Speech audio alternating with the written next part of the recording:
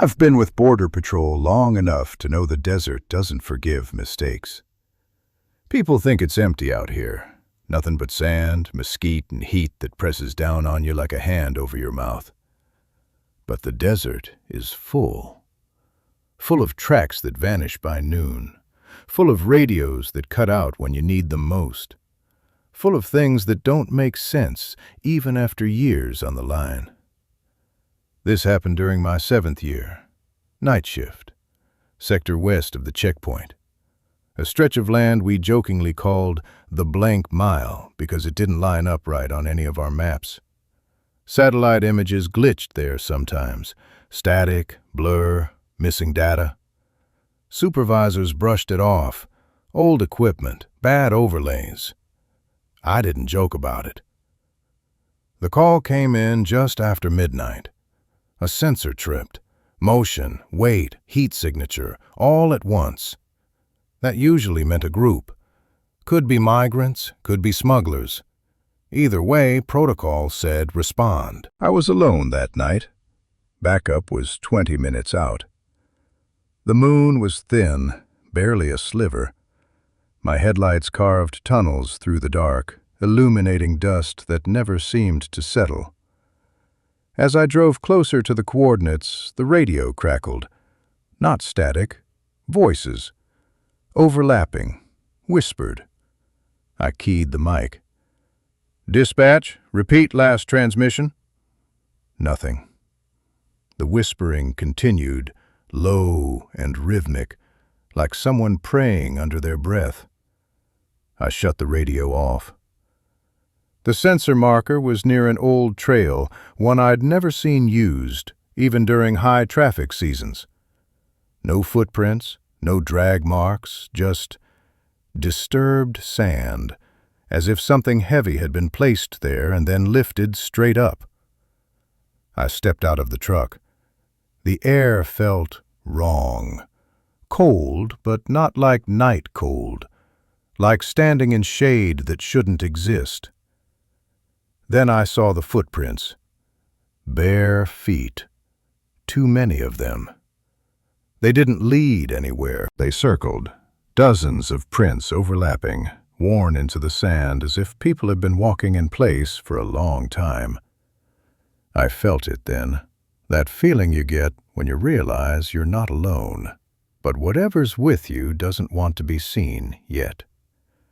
"Border Patrol," I called out. "If anyone's there, make yourself known." My voice didn't echo. The desert swallowed it whole.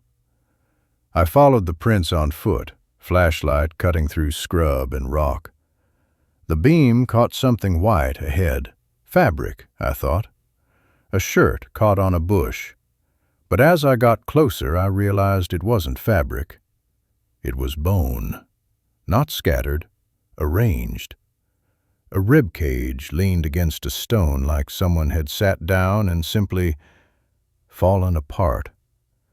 The skull was missing, but the jaw lay nearby, teeth clenched as if frozen mid-scream. I stumbled back, hand on my weapon, heart pounding.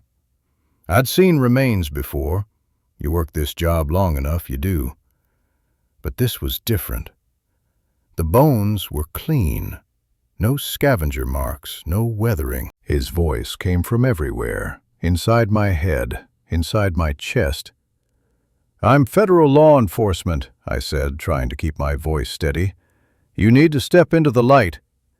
He smiled. "You're always here," he replied. "You just don't remember." The whispering returned, louder now. I realized it wasn't prayer, it was names. Hundreds of them. Men, women, children. Names spoken in Spanish, English, languages I didn't recognize, spoken with longing, with anger, with exhaustion. The man raised his hand and pointed past me. I turned. The desert was gone. In its place stood a line of people stretching farther than my light could reach.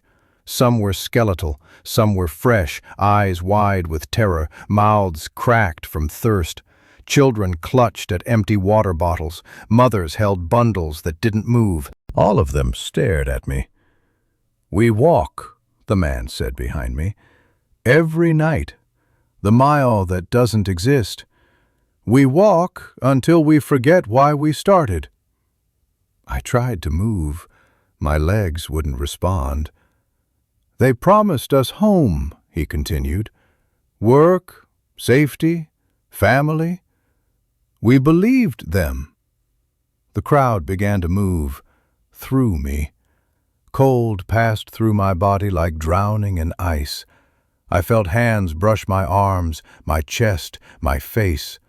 I felt fear that wasn't mine, hunger that wasn't mine, heat so intense it burned behind my eyes. I screamed. The flashlight hit the ground.